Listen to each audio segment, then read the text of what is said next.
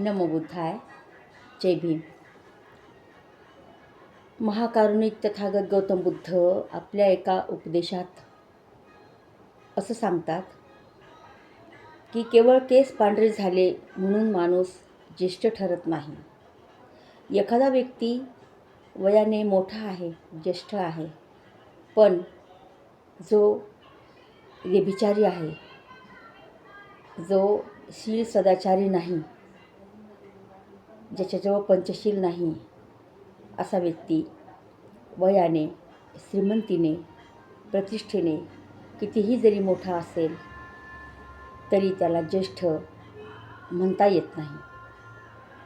पण एखादा व्यक्ती वयाने लहान असेल आणि त्याच्याजवळ शील, सदाचार आणि तो अव्यभिचारी असून जो अतिशय सुज्ञ आहे असाच व्यक्ती ज्येष्ठ समजला जावा. नमो बुद्धाय.